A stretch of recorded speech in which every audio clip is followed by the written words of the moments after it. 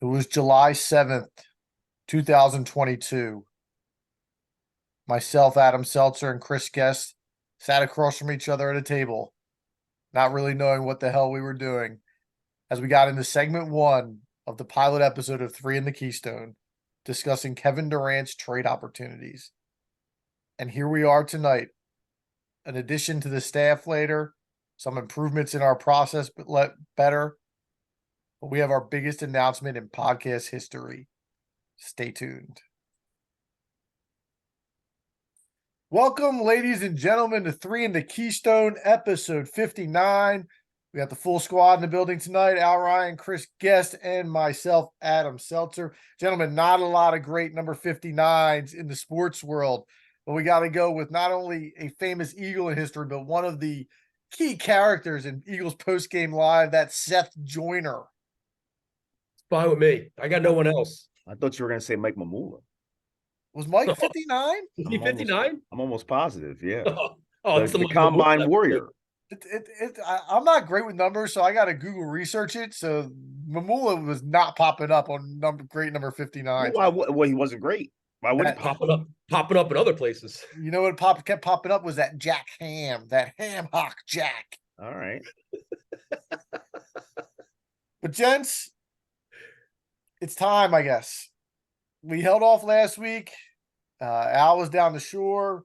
Didn't want to reveal the big surprise, the big announcement. So let's rip the Band-Aid off, boys. Well, I never had a gender reveal. We never found out the sex of our baby for any of our children. Did you guys? Yeah, I know. You didn't do it before the. Oh, wait. No. Wow. So this is almost like I feel like my gender reveal. Wow. That I never got. I can never do that. That's impressive, dude. Yeah. Well, you're having twins. That's different. We would have probably found out if we were having twins. Man. All right. So, as of tomorrow or today, we are officially a member of the Old City Sports Network. We want to thank Jesse and his team. We've been negotiating for a couple weeks now to be a podcast on their site. So we are thrilled at the opportunity that was presented to us and excited to get on board with Old City Sports Network. What will that mean to you guys? What does it matter to you? Well, they're going to, supplement a lot of the things that we're really not good at. We're going to have the ability to go live every week for our podcast. So if you're scrolling around on a Tuesday night and don't know what to do, we'll be live on there. It's going to give us opportunities to work with different sponsors, potentially do live shows at different arenas, and a whole lot of more stuff that honestly, like I said, it's going to supplement some of our weak spots as far as production for sure. So again, Old City Sports Network, check out the website. There's plenty of going on over there. There's other podcasts that you can get into. But we're really, really excited for what's on the horizon for Three in the Keystone. Look, we're going to go live. Like Adam said, it's going to be Tuesday nights, every Tuesday night, right around 9 p.m. So if you're not doing anything, log in and you can comment live. You can throw questions at us live. And if you think that hearing us call Chris a homer is fun, just wait until you get to do it yourself. That's what more could you ask for? Well, and we believe in ourselves so much, and the network believes in us so much that they put us right in line to compete direct with NXT Tuesday Night Supremacy. Absolutely. Who's the champ now, Guest? In addition, found out today we are on the precipice of a sponsorship with SeatGeek. So if you are planning on going to any Phillies postseason games, assuming they get there, Sixers coming up, Flyers, we will have some promo codes for you to use as well. So again, that's in the works. Should be good in the next couple of weeks. We'll have a promo code for you guys there. So a lot of big stuff on the horizon. Guys, I just want to congratulate all of you guys. It's been a year of hard work and dedication. We're in a good spot. It's cool to see, when you I say we, like, obviously I know you, the two of you, this is your child, right? I came along a little bit later. You're in on it. But it's cool to see the hard work that we've put in, man. We've grinded. Like when I talk to people about the podcast and they're like, wow, you do it every week? Like you've been doing this for a year every week. People are stunned. Like they're blown away. They're like, we can't believe it. So it's nice to see the fruits of our labor. You know what I mean? Yeah. But I do want to emphasize one thing. Nothing changes as far as content. We're still going to be putting out, the same content that you're used to, some local stuff, some national stuff, some fun stuff. So we're going to be doing the stuff that got us here. So you don't have to worry about any content changing or anything like that. Correct. If you prefer the audio podcast instead of watching us live, or you prefer the YouTube, you'll still have the ability to do that. So for the viewers, nothing will really change except for upgrades in certain areas. We're on demand as always. And there you go.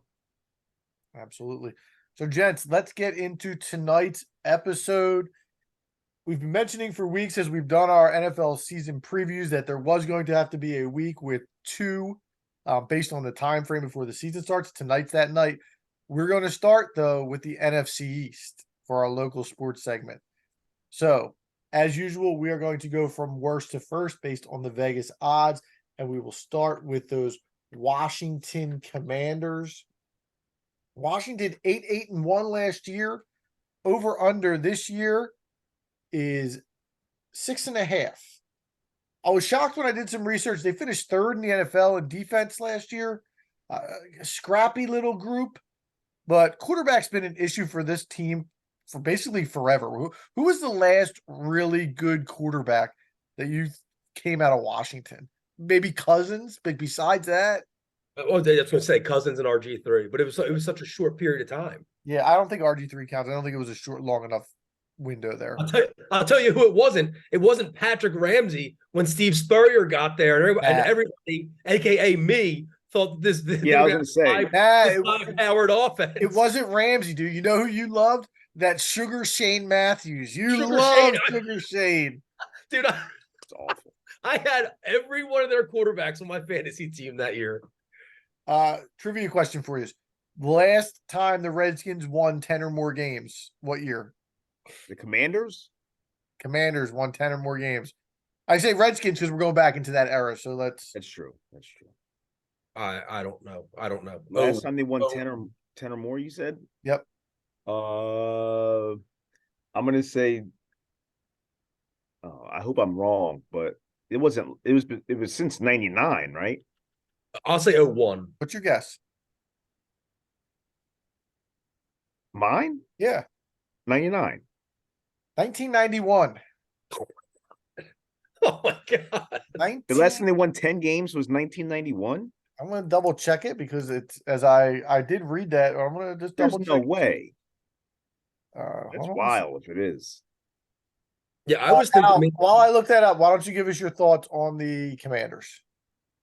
All right. Well, first of all, I was blown away last night watching them play the Ravens, and for some reason, the entire stadium, along with the commentators, hyping that game up like it was the Super Bowl. What was up with that? Why was everybody so? I get that Baltimore has this stupid streak that means nothing, but why was everyone so hyped for that game in the fourth quarter?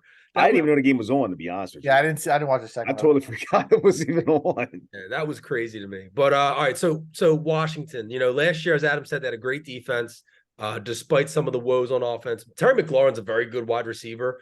If you look at just the weeks without Carson Wentz, week 7, especially week 7 through 15, when they had Taylor Heineke as the quarterback, he had 6 receptions in every game, and he went over 70 yards 5 times. You guys know how I feel about Penn Stater, Jahan Dotson. He was my pick for Offensive Player of the Year last year. He sneakily had 7 touchdowns in only 12 games. The problem is for Washington this year is I don't have any faith that Sam Howell can be a competent quarterback in this league. I don't think defenses are going to have any problem pressuring him into mistakes, and I don't think Eric Bieniemy is going to turn him into the next Patrick Mahomes anytime soon. The defense is still a top half unit in the league, and they boast an exceptional pass rush. Chase Young's going to be back to full health at some point this year. But this team could be close in a year or two, not this year. So I have them, the over-under was 6.5. I have them at the under at 4-13. I have them having a really, really tough year this year. All right. I want to clarify my statement. 1991 was the last time the Redskins / Commanders won more than 10 games. So they've won 10. It's 11 or still a long time. So then when was it? What was it? Do you know what year it was when they won 1991. 10? So I said 10 or more. It's technically more than 10. When was the last time they won 10? That's what I'm saying. Yeah. 2012, they were 10-6. Okay. That was the year. It had to have been sooner. That was RG3 year. Right. So I'll jump in. There's a couple things this team has going for it. First of all, the Daniel Snyder stink is gone. And I think that's a huge weight off of a lot of people's shoulders in that organization. You know what it's like when you have a boss that just lingers around. Nobody likes him. He's got a lot of dirt, but he's got a lot of money, so you can't say anything to him. I think that weight is gone, even if the new owner is just as much of a bum. I don't think he's as dirty as Snyder, so I think there's a little weight off there. Chase Young's been a little bit of a disappointment. Washington didn't pick up the option, but contract year for Chase Young, 2 years off the ACL. I could see a big year coming. Again, Sam Howell's an issue, but they have Jacoby Brissett waiting in the wings, who has proven to be a good enough quarterback to win games. I like Ron Rivera as a coach. They were scrappy enough last year to get to 8 wins. I think this team is still going to be tough enough to go over the total. I actually think they're going to surprise some teams this year. I have them at 8 and 9. Wow. So you have them almost as like the Giants surprise last year. Yeah, I mean, the Giants won 10 or 11 last year, so I don't think they get to that level. But I think the defense is good enough. And I think if Hal is not good enough, they'll be quick enough to go to Brissett. And to Hal's credit, like, he played really well last night, and I always liked him in college. They've got enough weapons on the outside, like you said, in McLaurin, Dotson. There's another receiver out there that I'm drawing a blank on. Well, let's not give the Giants more credit than they deserve. They went 9-8 last year. Okay. Well, about Curtis Samuel, is that the guy you're Curtis Samuel, and they got Gibson in the backfield with Brian Robinson. They got enough players. And again, they won 8 games last year, so it's not like I'm taking them to go from 5 to 9. I got them at 8 wins again this year, so I have them matching their total from last year. Yeah, so I actually the stink thing with Snyder, I think it still could be a little bit of a distraction to them, being that they have new ownership. They're trying to figure out what this guy is about, what this ownership group is about, what the expectations are. Also, I'm still shocked, honestly, that Ron Rivera is still the coach there after, the last year or two, how things have played out with him not knowing the playoff scenario publicly and then trying to, tread back and act like it was just kind of like tongue in cheek, when in reality, we all know that it wasn't. We all know he probably legitimately did not know that there was a playoff scenario involved in their game at the end of the year. He already has butchered a situation with the enemy where, some players have said that the enemy was too hard on them. I mean, these guys are grown football players in the NFL, and they're saying this coach is too hard on them.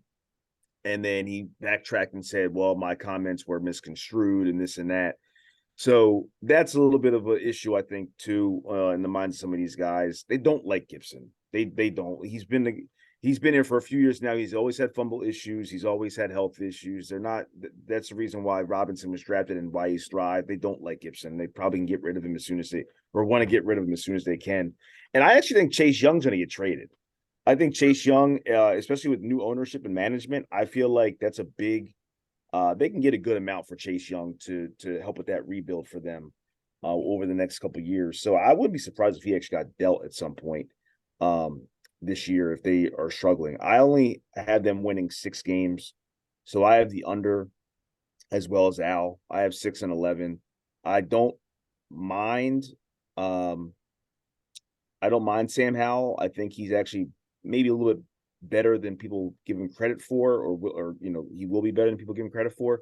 But with that being said, I don't think he's the kind of guy who's going to, at this point in his career, being first year starting quarterback, leading a team to a higher expectation of wins. So I'm still going to take 6 wins, and I think that they'll be bottom of the NFC East. Did you see he said he's never eaten steak? Can't trust a guy that's never eaten a steak, especially a football player, man. What are you doing? That's not a good. Oh, he also puts isn't he the guy that puts mayonnaise in his no, that's Levis. Well, that's yeah. Mayonnaise in his coffee. He got the lifetime deal. Did you see that? For what? Hellman's? Yeah, they gave him a lifetime deal. Well, I hope they get a lifetime deal of health for him to play so he can actually get on the field. He don't need it now. Yeah, it's true. True that.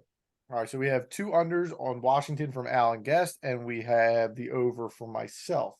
Let's go to the second team, the New York Football Giants. 9-7-1 last year, one of the surprises in the NFL, but the Vegas over-under is low this year, boys. They might be telling us something. Over-under of 7.5 this year. a great job by Brian Dable to get that team to the playoffs when they, really weren't thought to do too much. Saquon stayed healthy. Signs of life from Daniel Jones, good or bad, gets the monster contract this offseason. They did, however, go 3-6-1 after a 6-1 start, but did get the playoff win over the Vikings. Chris, let's go to you to start on the New York Giants. I actually think the Giants are who they are. I think that they're going to win 8 games this year, which technically would satisfy the over.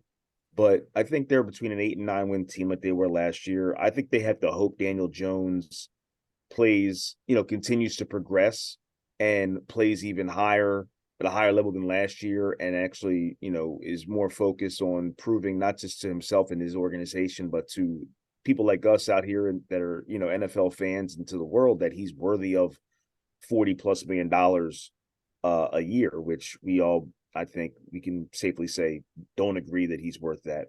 So I'm sure that he's got a chip on his shoulder with that, and they're hoping he outplays because of that. But they're just not. I don't look at them as a deep team. I don't look at them as a scary team. I think that Daniel Jones, all the damage he did most of the damage he did last year was actually with his feet. He only had, I think, 15 touchdown passes. He's okay. He's not. You could do worse as a starting quarterback when your team in the NFL right now, especially. So he's okay, but I think 8 wins is about right for them. They don't really do anything exceptionally well, in my opinion, and I think Dable's. I actually like him a lot. I think he's a good coach, and I think that he'll coach them to those 8 wins. But I'm not really sold on them being any sort of threat to anybody in the division, let alone the NFC. All right, Al. I think last year everything kind of went right for the Giants, and even so, they still barely squeaked out those 9 wins. They didn't really beat any teams that were any good. The only real win they had was at Jacksonville, and that was at a time when Jacksonville was still trying to find themselves. They did beat a Baltimore Ravens team at home. Other than that, they beat a bunch of losers. Nobody with a winning record. They beat up on the Chicagos and the Carolinas and et cetera, et cetera. The Washington, they tied Washington. I think the game plan last year for Daniel Jones was very smart. He had his highest completion percentage of his career, his young career, but lowest yards thrown in the air. So basically, they kept passes short. They got the ball out of his hands fast, and they took advantage of the big year that Saquon Barkley had by implementing a lot of play action. Speaking of Barkley, he returns on the 1-year deal, which is obviously great for the Giants, but the receiving room is very questionable with Isaiah Hodgins, Paris Campbell, and Darius Slayton leading the way. I don't see much coming out of them. And you need to give Daniel Jones help. I'm still not a Daniel Jones believer. He definitely showed that he has a little bit more than I gave him credit for last year, but I still think he's average at best. They definitely need Kayvon Thibodeau, former number 5 pick overall, to make a leap this year because their defense was almost at the bottom of every category. Brian Dable proved that he has the chops to coach an NFL team, but this team, like I said, kind of got lucky to win those 9 games. I don't think lightning strikes twice for the G-men this season, and I have them at the under, at a comfy under, honestly, 7.5. I have them at 6-11 this season. I mean, they are trending down, Al. Like Seltzer said earlier in the intro for them. Like they're 3-6-1, you said, since the hot start they had last year. They lost in the playoff game to the Eagles. Don't forget though, they did draft Jalen Hyatt, who has looked good for them early in preseason and in camp. Speedster receiver in the 3rd round. So that'll help a little bit, I think. But I mean, not enough that they're, like I said, not enough to get them over any kind of hump in the division or the conference, I don't think, but worth noting at least. So I'm on the same page as you guys. Obviously the addition they made that we didn't mention was Darren Waller, right, who is a big time tight end if he can stay on the field, which has been a little bit of an issue for him as things have gone. We have mentioned, they didn't, not only did they not beat anybody last year, Al, they won 6 games by 7 points or less. So we talked about the Minnesota Vikings and how that regression to the mean tends to come. If I'm bullish on Washington and we still have 2 other really good teams in this division, I just can't be as high on the Giants.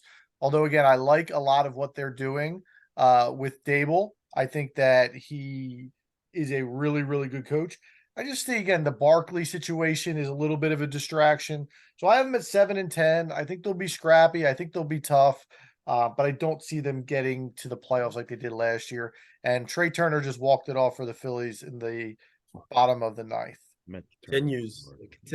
I will say this though, I don't like stats like the one you mentioned where they only won so many games by 7 or under, because you can say that either way. Like that can be a good thing or a bad thing. They know how to win close games, or you know what I mean? They eke wins out. But history says that point differential matters, and those close games tend to be a 50-50 proposition. I hear what you're saying. Some teams find ways to win close games. I don't know if that's the Giants, though.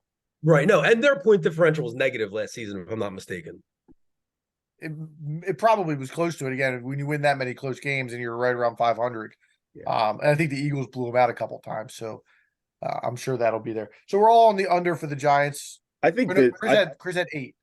Yeah, I think Darren Waller too has potential to be like Kenny Galladay again for them. I don't feel good about him on that team. I don't know what it is or why I feel that way. Honestly, I just got a bad vibe. I feel like he's not going to do what they think he's going to do in that team. I could very well see that too. He's a lot older than he looks. I think he's on the other side of 30 right now too, and has missed a lot of time with injuries over the past few years. Yeah, they might have got him about 2 years too late. Agreed. Let's jump over to the Dallas Cowboys. Who? 12-5 last year. Over under this year, only 9.5. That tells you something. Yeah. Very good on both sides of the ball last year. Their defense and offense both very highly rated. They won 12 games last year with Dak Prescott missing 5 starts. They added Stephon Gilmore and Brandon Cooks. Still have Micah Parsons. I'll start with this team. I look at this roster, and again, I look at a team that won 12 games last year, and really not a lot of losses. They add Gilmore, they add Cooks. This is a really, really good football team. I don't see why the total is 9.5. I have them at 12-5. I have them over. I have it as my best bet. We've talked many times. The NFC is not very good. This is definitely one of the more complete teams in this conference. So I just don't see a way that they're only going to win 9 games. It doesn't make a ton of sense to me. Again, you could talk they lost Zeke, but I don't think that matters a ton. He wasn't very good outside of goal line situations. If Dak stays healthy and plays 17 games, this is a double-digit win team without a problem. Yeah, I agree. I mean, I'm not as bullish on them as you are and as other people in the national media are. I think that there's some folks that are definitely hitching their wagon to Dallas. There's a lot of folks who are hitching their wagon because of the fact that, you know, that trend with the NFC East where they haven't had a repeat winner since the Eagles did it in the early part of the I guess the century. Oh, was it 03, 04, 04, 05, one of those 2 combinations of years. But listen, all streaks got to come to an end at some point, and that streak's going to come to an end this year with who's going to win this division. I don't think Dallas is going to win the division. I think that they have 10 wins. I'm going to ride the over with you on them, but I'm not. Listen, if Dallas has to come to the Link and play in the cold in January in a playoff game with their quarterback, with the reputation he has in those moments, I like our chances.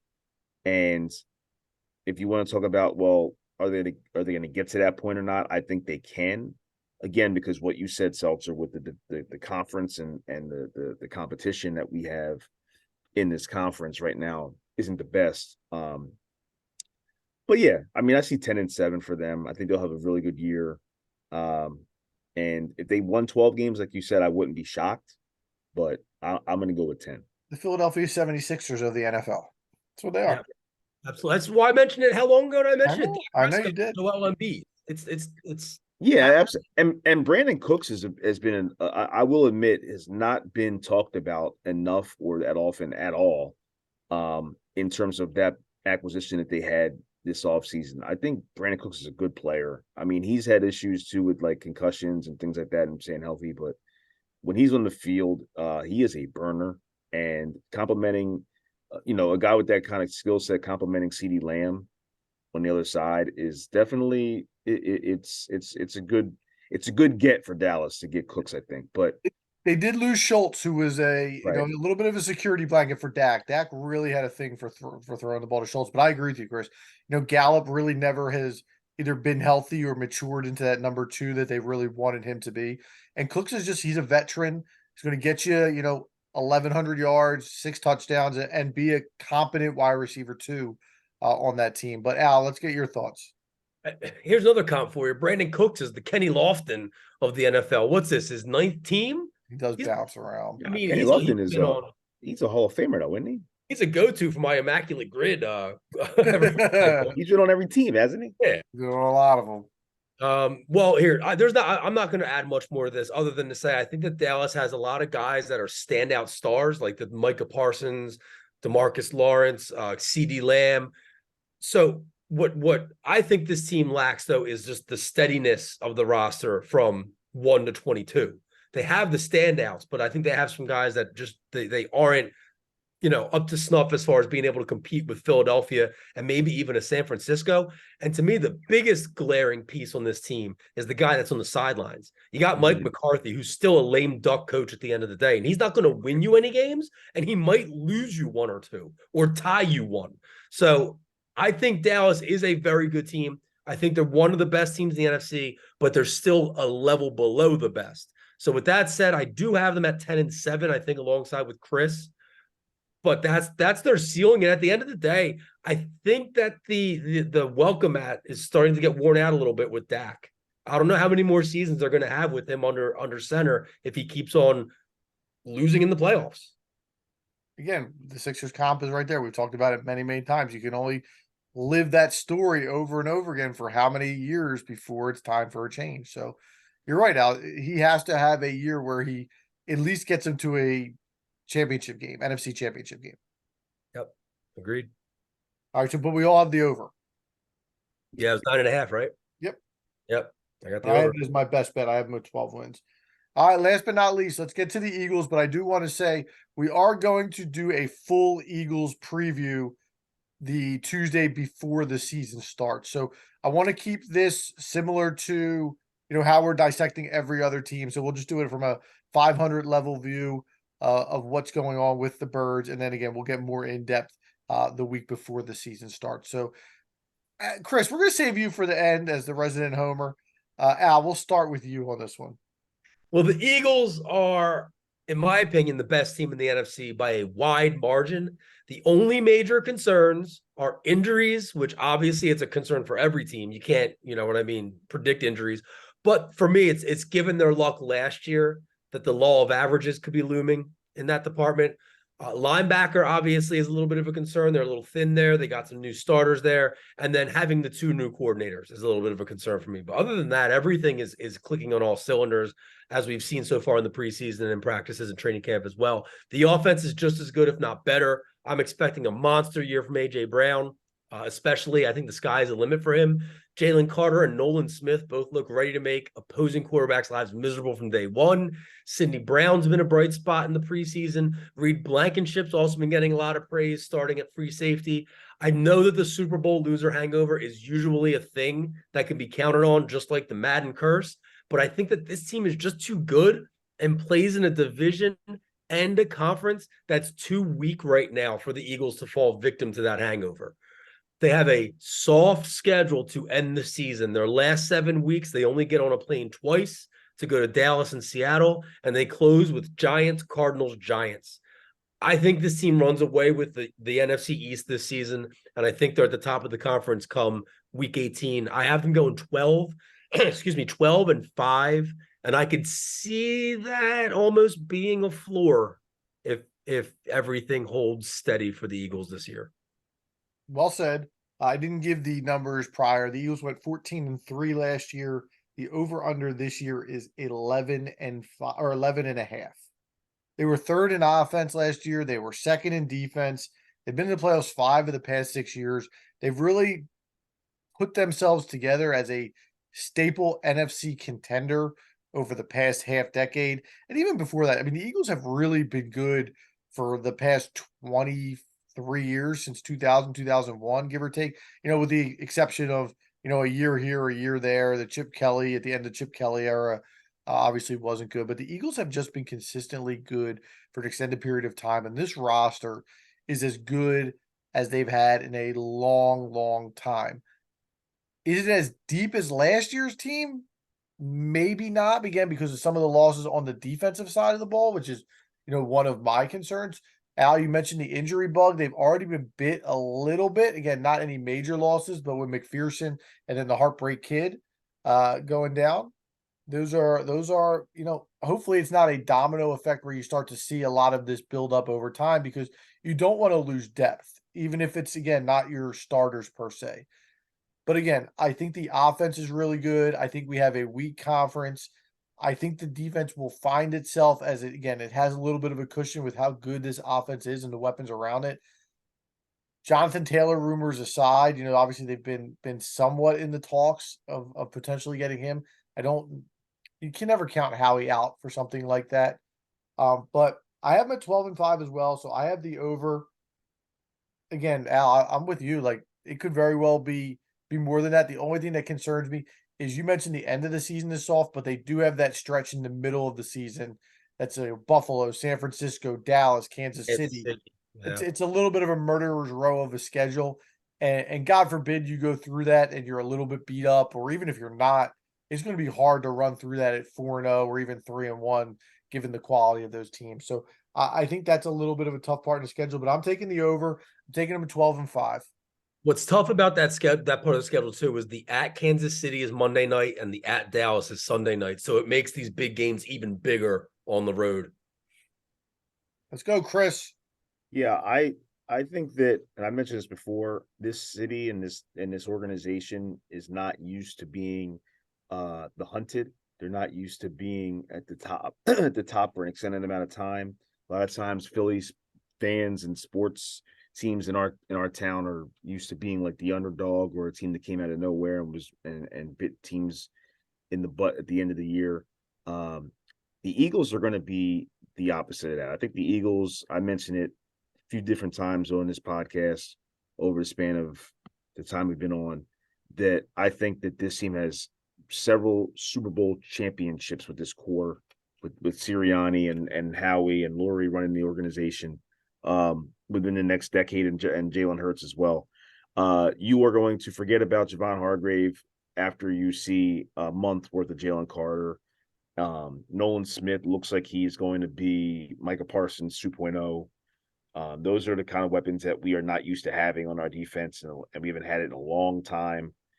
Jalen Hurts obviously just signed with Jordan, about to be one of the faces of the league along with Mahomes. This is uncharted waters for Philadelphia teams, especially the Eagles. So it's understandable, but at the same time, we have to recognize how great this organization and this team is right now. And I don't think they're going to disappoint. I think they're going to win 14 games again.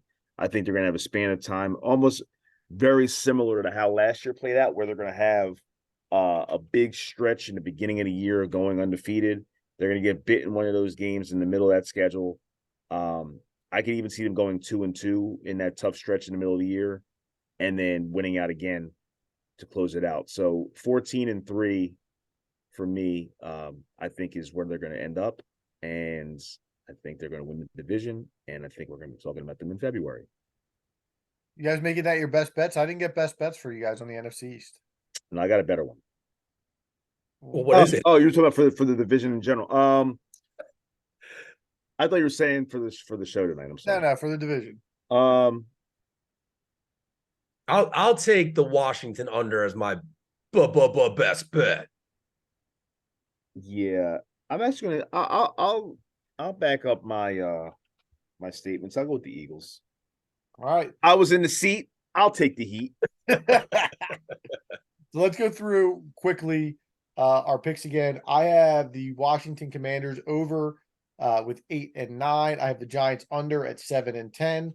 I have the Cowboys over 12 and 5, my best bet, and I have the Eagles at 12 and 5 as well. Chris? I have the Commanders at the bottom, 6 and 11 with the under. Giants 8 and 9 with the over. Dallas 10 and 7 with the over, and the Eagles at 14 and 3 with the over. I have Commanders under 4-13 best bet. I have the Giants under 6-11. I have the Cowboys over 10-7, and I have the Eagles over 12-5. And Chris, you brought up a couple great things about the Eagles, and I hope that Eagles fans can really just appreciate what's going on with this franchise right now.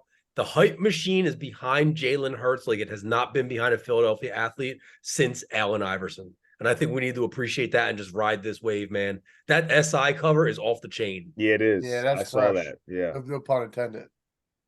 dude, we're in a great spot, a great situation, man. This team is gonna do damage, bro. I could see it. They did last year, they're gonna keep it up. No doubt. So that'll wrap up segment 1 tonight. We are now going to jump directly into segment 2, getting prepared for going live, boys. There's no more breaks between these segments. Fine with me. Catch your breath. Fine, especially this time of night. Fine with me. The bladder is going to be strained by the end of this recording and by the end of each Tuesday night. Kidneys are going to be working overtime. No doubt. All right, let's get into the AFC South. We thought last week was tough with the NFC South. Al, you're lucky you missed it. Dude. The AFC South almost equally as bad and somewhat unpredictable. But let's get right into it first with the Indianapolis Colts. 4-12-1 last year. Over under this year is 6.5. They finally decided to stop band-aiding the quarterback position with Carson Wentz, Matt Ryan, Phillip Rivers, continuing to bring in these older veterans to supplement what was a pretty decent roster to try and make a run ever since Andrew Luck suddenly retired. They had the Jeff Saturday debacle last year, which was a giant mess where they bring in Saturday with no coaching experience, hoping he can, run with this team. And obviously they fall apart from there. They decided to draft Anthony Richardson, 4th overall out of the University of Florida, to take the reins as this team rebuilds the quarterback position. New head coach Shane Steichen, fresh from the Eagles Super Bowl, the offensive coordinator. My thoughts on this team are this. They have a decent little roster, but again, we have these rookie quarterbacks and we don't know exactly what we're getting out of them. The Jonathan Taylor situation looms large over this team's head. It looks like he's going to return to camp, but they have given him permission to seek a trade. He's a giant X factor when you want to talk about what's going to happen with this team because he is that dynamic of an offensive player. Anthony Richardson is a guy that I look at and I can't get a full read on what I'm going to get from him. Could he be the next RG3 as far as a rookie year where he takes the league by storm, given his skill set, his speed, his measurables at the combine were off the chain? Or can he be a guy who's going to take a little bit of time to develop himself and to be able to read defenses? He threw a bad interception early on in the preseason. I trust Shane Steichen. I actually think he's going to do a good job. I think this roster is serviceable. And with the division being as weak as it is, there's plenty of winnable games. I think this is a team that gets off to a slow start, but turns it on towards the end of the year. I'm going to take the over with them. I have them at 7-10, so I don't think they're going to be great. But I think it's a team that come December, you might not want to play. Like, remember again, not that it was a huge deal. When Carson Wentz was on the Colts in the last game of the year, they played the Jaguars and they got blown out. Like, yep. I think they're playing spoiler in that type of role later in the season. Well, speaking of that, Seltzer, the Colts are actually the league's worst week 1 team in the last 15 years. Really? That's a great stat from you. They are 2-13 straight up and 1-13-1 against the spread in week 1s over the last 15 seasons. So they've only won 2 of the last 15 opening week games. On top of that, having a rookie quarterback to start is going to be, I think, a little bit tough for them in the beginning. And I'm a fan of Richardson. I think that he's a good player. I think he will be a good player, but his completion percentage over his career is not good. It's like 55%. So that definitely needs to improve in the NFL. I think he only started 13 games in college, something along those lines. Yeah, it wasn't a lot. Yeah. So he's still got some growing to do, but I think that Steichen will, working with Hurts last year and what he showed the league, I think that he will get Richardson in a good place. But guess what, man? Jonathan Taylor, if you just wait for the bag next year, dude, I think he's going to get carries all like more than he can handle this year, because they're not going to throw the ball all over the field all crazy with a rookie quarterback, especially when it's not known for his completion percentage. I think Taylor's going to get a lot of carries, and if they think that they're going to lose him, they're going to run him into the ground. Yeah, then don't you think that's what he's worried about? That's the DeMarco Murray situation. But I understand, but he's also younger than DeMarco Murray was. He's only in his third year. Does he start for the Colts week 1? If he, I mean, at that point, if he doesn't, then it's totally political, and he's just. I was gonna say it seems ugly. And Jim Irsay is not one to shy away from any sort of public controversy. Right. And I don't even know what the heck the whole thing is. I mean, I don't even know what this is even about, honestly. Like, this is just a weird thing to me that it's gotten this far with this dude and this team. I don't even know what this is. I just think history has shown that paying running backs big money on their second contract is not a winning proposition.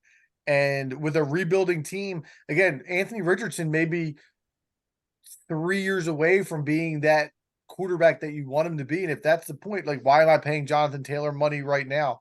You look at a guy like Dalvin Cook got paid, and the Vikings couldn't get rid of him fast enough this offseason. And Dalvin Cook is a solid player.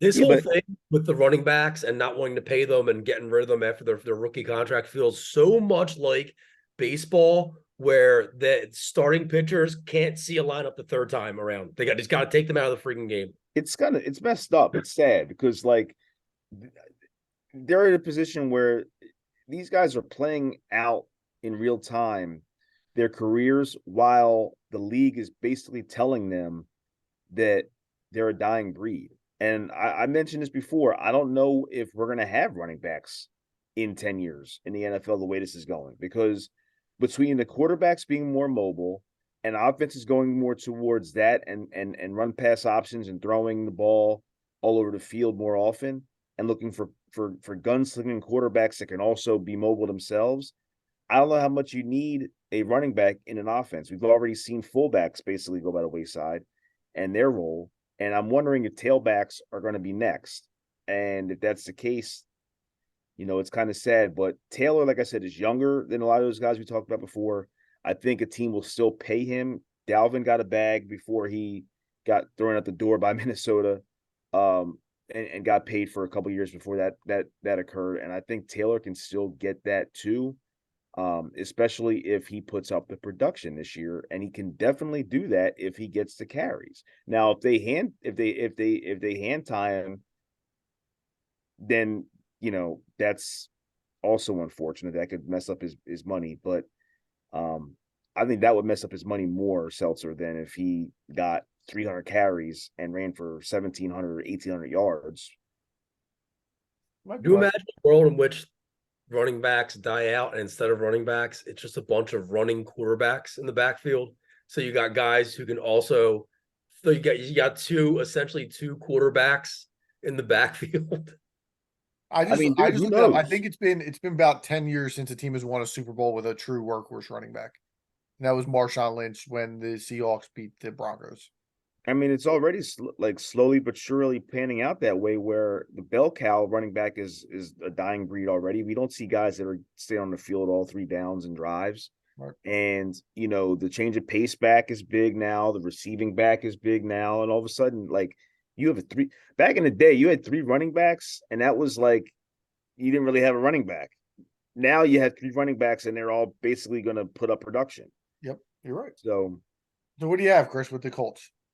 I have 7-10 also. Okay. I have 7-10, and I like I said, I'm a fan of Richardson. I think that I do think he has to improve his passing, but I think he's electric. I think he's exciting. I think that he'll make them a fun team. And I think Taylor's a great player. Like, it's a shame that he is a running back in this era, but he's a great player. And when he's going and clicking, he's maybe the best running back in the league, if not the best, then definitely top 3. So 7 wins for me is where they're going to be at. Would you guys agree that despite the fact that Richardson went 4th overall, it feels like everybody's the most bullish on him as far as a future prospect compared to the other 2? Oh, yeah, definitely. Well, I'm glad you said that because, as you know, Adam, he is my pick for being the best of those big three rookies. I He's agree. a combine monster, as Chris said. He ran a 4.440 cannon for an arm, and I'm totally fine with them easing him in under Gardner Minshew. One issue that I have is there's really no veteran leadership as far as a quarterback on that team to give him advice and to really help bring him along because you only have Minshew. I can't remember the third string quarterback, but somebody young, somebody not great that didn't really have any reps as a starter in the league. As Philly fans, we're aware of Shane Steichen and his prowess as an offensive play caller, and he's going to help Anthony Richardson out. But my eye is also on newly hired quarterback coach Cam Turner. And that's because he had experience working with Kyler Murray in his first few years as an NFL starter. He had experience working with Cam Newton as an NFL starter. And those are two quarterbacks with very similar styles as Anthony Richardson. So if there's a guy that's going to be able to help him develop, I think it's Cam Turner. I think that was a very smart hire. We didn't mention Michael Pittman. I think Michael Pittman's a very good young wide receiver as well. But at the end of the day, there's still too many holes. It's too obvious that this team is not in a spot to take that next step yet. But check back next year, and I think maybe you have a team that's on the verge of sneaking into the wild card or winning a pretty, abysmal AFC South. I have them slightly under. I have them at 6-11 this season. Okay, We're all in the off same with- ballpark. Yep. Yeah. 2 overs, 1 under. And also, just Yep. I was going to say real quick. So I know Steichen, he named Richardson as a starter last week, but I don't think that Minshew is. I think at this point, I think it's safe to say that he knows what he is or who he is in the NFL going forward, which is a backup quarterback who could start a game or two for you. But I think that the Minshew mania and the days of him being a starting quarterback in the NFL are over. And they probably shouldn't have really even started anyway. He was starting on a bad Jacksonville team. But it's interesting that he finds himself behind a quarterback with a similar skill set again as Hurts last year with Richardson this year. He's a brand. He knows he'll be around for a decade as a backup. Sure. Frat boy guy. Good Sure. for him. I was going to say, I'll take it. I would do that. Chase Daniel made a living holding the clip. Yeah. That's the best job in the biz. Oh, 100%. I always say there's no worse feeling. Like Joe Flacco the last 5 years has been backing up various quarterbacks. When he has to go in the game, I'm 100% sure in the back of his mind, he's like, shit. Like, I did no interest in going in this football game. I think it's a little bit. I agree, Seltzer. I think it's a little bit different though. Like I think, like as a young quarterback, completely a guy who's different. not like an established guy, you would say that reaction because you're a little bit nervous or scared of what is about to happen. But from his perspective, I think he's like, I want to just get this check and get out of here and get back to my kids and get this. You know what I mean? Like I don't think I think it's a little bit different of why that reaction would take place. But I'm not comparing the Minshew situation. Minshew's still hungry to play. I'm talking about the older guys, the Josh McCowns, when they were riding off in the sunset. They don't want to go in the game. Yeah, like that playoff game when McCown came in. He was especially a game with meaning. That's the last place they want to be. Yeah. All right, let's move on to the Houston Texans. 3-13-1 last year. Over under is the same as the Colts at 6.5. Trivia question for you: the past 3 years, how many games have the Houston Texans won? 8, 7, 11. So a little bit more than what you guys were going at, but 3, 3, and 4 were the win totals the past few years. If you don't, I actually completely forgot when I was looking them up. They completely blew the number 1 pick in the draft last year. They scored a touchdown with 50 seconds left against the Colts and then went for 2 to move themselves down into the number 2 slot where they selected CJ Stroud, quarterback from Ohio State. They also traded up to get Will Anderson from Alabama, who has made some plays already in the preseason and looks the part. New coach DeMeco Ryans. Again, this is like a very similar situation to what they have going on in Indianapolis. DeMeco Ryans comes over as a San Francisco defensive coordinator to build up that Texans roster. He's obviously a hometown boy, has played many years in Houston on that side. So they were very happy to get him. I don't think they thought that they could get a coach of that quality given the roster and the situation that they're in. I think there are signs of improvement on this team. I think Anderson's going to be a stud, but despite being an Ohio State guy, I think Stroud's a little bit more of a development project, and I don't think they have the pieces around him that they have in Indianapolis for Anthony Richardson. I think Ryans is going to be a good coach in this league, given what he's done in San Francisco and given the way he's taken on that role in Houston. But I don't think this team is ready to compete this year. I have them at 4-13, so I have the under, and I don't think this football team is going to be very good. You don't believe in your man? I think he's going to be okay, but I'm not as bullish on him as I have been. There's been some Ohio State quarterbacks that I've come out on that I've been very sour on. The Terrell Pryors, the Craig Krenzels. Not sour on him. Krenzel never played, but I would. You know who I thought was going to be good? The two guys I thought were going to be really good were Troy Smith and Dwayne Haskins, and they both flamed out. But maybe Justin Fields is turning the corner for the Ohio State quarterbacks. I think he's going to be all right this year. But I agree with the Texans, Seltzer. I'm not big on Stroud at all in the NFL. I haven't been from the jump. I don't think he's anything. I don't think he is going to be anything special. And they don't really have a lot of. I mean, they're definitely not doing him any favors. I know they have a guy I'm actually really high on, Nico Collins. Yeah. But other than that, I mean, they lost Cooks. Obviously, we talked about him earlier in the show going to Dallas. They lost Rex Burkhead. They lost their tight ends that they had last year. I don't really know. I think they added. Did they add Dalton Schultz? Did he go to Houston? Yeah, Dalton Schultz is there. Yeah. One thing they have is come the end of the season, they traded up to get Will Anderson, and they traded their first round pick this year. So they're not going to be in a position where they're going to start tanking games. Not that they really know how to do that after what I said happened to them last year, but they're going to play. Yeah, those players can give a damn about tanking. They want to win games. No, you're right. And they want to play hard and they want to keep a job going forward. So, but Will Anderson's going to be a stud. I mean, they definitely are going to get it. They're going to hit on that. Will Anderson to me might be the best player in this past year's draft. So I think that they're in good hands with him and leading the defense, especially with a defensive-minded coach and D'Amico Ryan's coaching them. So I think that they'll be formidable in the future years, but I think they got some growing to do this year, and I think they'll grow together. But yeah, 5 wins to me, and I think that's a ceiling for them this year. Yeah, I don't understand the over/under. You guys have said everything. Chris, you mentioned Dalton Schultz, and I'm either going to lose a lot of money or make a lot of money betting on Dalton Schultz first-time touchdowns this season. I'm a big fan of the rookie quarterback relying on the tight end safety valve narrative when it comes to my touchdown props. So we'll see. Other than that, I mean, you guys, like you mentioned everything. I'm not a big Stroud guy, but I think, it's going to be tough to captain an offense with such poor skill players around him. It might stunt his growth as far as being able to become an NFL quarterback, to be honest. Got to mention my boy Juice Scruggs, penciled in at center for Penn State or third-round pick. So I see the same thing as you, Chris. I see 5 wins as the ceiling. I have them at 4-13, and I'm going to go ahead and make it my best bet. Best bet. All locked in on the under on the Houston Texans. Let's move it along to the Tennessee Titans.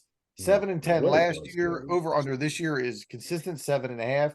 They had 6 straight winning seasons prior to this one. They were 7-3 last year before they ended the season on a 7-game losing streak. Let's go to Al first on the Titans. I actually think this team could bounce back. I think they could be a little bit of a sneaky team this year, a little under the radar. I wonder if Derrick Henry can still carry this team on his back. I'm not going to bet against him from what I've seen from him, in the first few years of his career. Andre Dillard is in town. They drafted Peter Skoronski to help shore up the O-line. Will Levis is waiting in the wings. The Mayo Man, as we talked about him earlier. I don't know how many losses there would need. That's a great nickname, by the way. Before seeing that change. You got to trademark that. Harold Landry is returning this season after a season-ending ACL tear in 2021, so he should help the pass rush. So I actually think this team is poised to compete a little bit again. I really like Vrabel as a head coach, so I think they're a little under the radar, and I have them at 8-9. All right, Chris? Yeah, the Titans, I mean, they're such a wet blanket football team. I don't know. There's nothing exciting about them. I always envision like their stadium being like cloudy and all, and just like the field is always dirty, and they're always playing like a 1918 kind of game, and it's just nothing appealing about that team right now to me. And Chris, did you see that you could have gotten a ticket to Messi's like next game with Miami, and it would have cost the same as getting season tickets for the Titans? yeah, and by the way, that's a great point that like here in Philly, we take that for granted as far as like season tickets. Like other markets, Jacksonville, Tennessee, Arizona, like you could just go up to the booth and just buy tickets on Sundays for games. Like we can never do that. Well, I don't say never, but not anymore. Can you do that? But like they just, I don't know. This organization is just such a, I don't know if it's a Tannehill thing. I don't know if it's, I like Vrabel too, but I don't know. Treylon Burks is a nice player. I think he'll have, this is what, his third year or Second year. the second year. Second year, that's right. Um, I don't know. I have them winning 7 games. I think they'll be a scrappy, gritty team, but they're not. That's about it. They'll be scrappy and gritty like their football field is. um, I don't. I mean, Derrick Henry obviously is a beast. I think he'll still have a good season. I think he's a freak, like in the same cloth as Adrian Peterson. But yeah, I got 7 wins for them in the under. All right. I saw an interesting stat on the Titans. By the end of last year, they had 23 players on injured reserve. Yeah. And that could Oh mean yeah. one of two things. It could mean that they're extremely unlucky and they got some fluke injuries and they got beat up. Or I think it could be the latter, which is why I think this team's just getting old. They're old. Tannehill's old. Maybe that's what it is. Derrick Henry's old. DeAndre Hopkins, they picked up. He's old. It reminds me a lot of, and this is going to be an off the wall comparison. You remember when the Cleveland Cavaliers signed, like in 17-18, like D Wade, Derrick Rose, LeBron, and they had to gut it midway through the year because they were just old and they weren't able to do the job.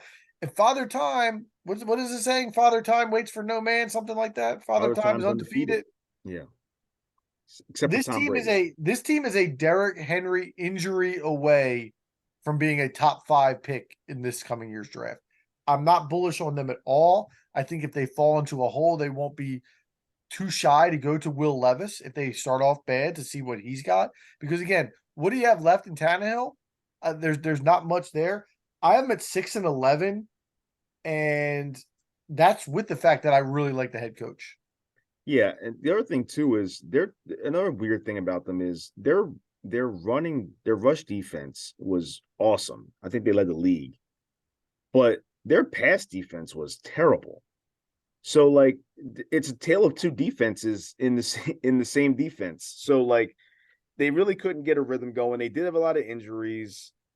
It's just, I don't know, a combination of all those things for me. They're just a team that's just a buzzkill, and I don't believe in Will Levis as the future at all. He's another one I don't believe in. But they're going to give him a shot if they're in the hole. Like they're going to play. Well, so if they're drafting, if they pick #1 next year, you're not taking the kid from USC #1. Well, I think that's, again, they have to play Will Levis to see what he has. So I think if you get to the midway point of the season and you're 3-6, I wouldn't be shocked if they play Will Levis for the last 7-8 games of the season. Yeah, I could see him being like the next Zach Wilson, like a high draft pick that a team banks on, and then they just realize early, like we stumbled into a better situation, so we got to pivot. Right. And I could definitely see them doing that. Will Levis has all the makings of a Jay Cutler. Yeah, oh yeah. Well, Jay Cutler was a Solid NFL yes, pro. yeah. He went to Well, an and he's NFC got championship game. and he's got some bad. It sounds like, I mean, apparently he dropped a lot because a lot of teams didn't like his attitude in interviews. They thought he was arrogant. There was talk of things that had occurred apparently with him and his family at the draft where they came off entitled. Yeah, if anything's going to knock that chip off your shoulder, though, it's what happened to him. Not getting drafted. I mean, constantly panning to him, and then going to an NFL team where there's 50 some odd other guys keeping him grounded. I agree. All right, so we all have. I'm sorry, I have the under. I think Chris, you had the under, and Al, you had the over. I got 8 and 9. Yeah, so you're over 7.5. Chris is under. And Chris, you had You had 7-10. I had 7-10. I had 6-11. And somewhere in there is Malik Willis. Yeah, I was going to say that, but he talked about showing nothing last year. Can't He play. showed nothing. Awful. Yeah, he can't play. I don't think. Would you rather have Malik Willis or your boy PJ? What was his name? Walker. Oh, PJ Walker. Temple, Walker's won Temple's games in the NFL. XFL MVP, I think. PJ XFL. won. Oh yeah, yeah. Oh, PJ all along the day. lines of cut from the same cloth as Tommy Maddox. Tommy, touchdown Tommy. Jeez. All right, let's get to the last team in the division. The Darlings, the Jacksonville Jaguars, 9-8 last year, over under this year, 9.5.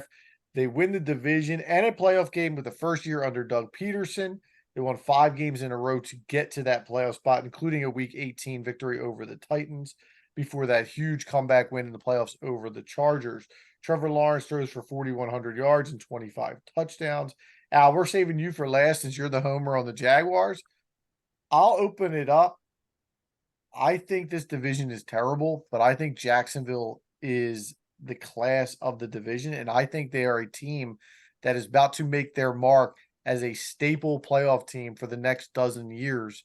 That might be a stretch. Let's say 8 to 10 years, because they have the quarterback. Look, they have the quarterback. We're gonna be 50. Damn. We all had question marks last year about Trevor Lawrence and how he had played in his. This is his 3rd year or 4th year. This is his 4th coming up. I think it's his 3rd. I think it's his 3rd year. He was a rookie 2 years ago. His rookie year was a little bit less than stellar. His rookie year was with the asshole with Urban Meyer. That's true. Yeah, it's his 3rd year. And Doug Peterson has been a quarterback whisperer wherever he's gone. They add Calvin Ridley this year, who I'm still a believer in. He's gambling on himself, pun intended.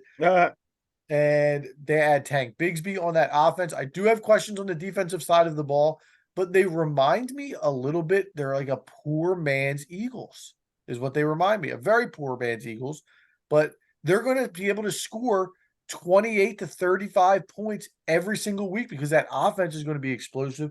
They play in a crap division. I have them at 12-5. It's my best bet. I don't see any team in this division having a shot to dethrone them as AFC South champions. Chris? Yeah, I have them winning 11 games. I agree. You know what? I love me some Trevor Lawrence. I think that he's going to continue to improve. I actually think Jacksonville, I think they might actually be in the conversation at the end this year for the AFC. I'm not saying they're going to win the AFC, but I think that they're going to definitely have something to say about the outcome of that conference this year. They're going to definitely be involved because of Trevor Lawrence and because of Doug Peterson's experience and things like that. Also, your boy Al Brenton Strange. Oh yes, also out of State Penn. We are.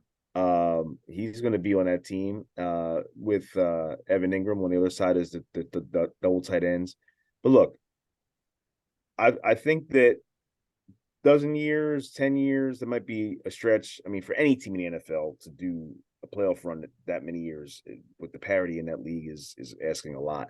But they are, I think, going to be the class of that division at least for the next few years easily, barring any ridiculous injuries. Also, Travis Etienne is going to be a stud. He's on his way also. Being in his 3rd year, I always say 3rd year is when you find out what you got. And Lawrence is coming into it. Etienne is coming into it, although he only played 1 year because of the injury. But yeah, those guys they're gonna be a nice squad. All right. So, how dare you, first of all, say that we all sat here and doubted Trevor Lawrence? Because I did the exact opposite when I sat in this seat last year and talked about my Jacksonville Jaguars. Duval. What? Go ahead. What? All I know Chris, is right? when I had him high in my rankings last year, and you guys were all hot under the collar about it. Well, listen, now I'm hot top other 20, places the now. 2,500 or the list of the best players. I think it was fantasy quarterbacks. You had him high. Yeah. Well, I didn't listen to that segment, as you guys learned when we talked about you were on the segment.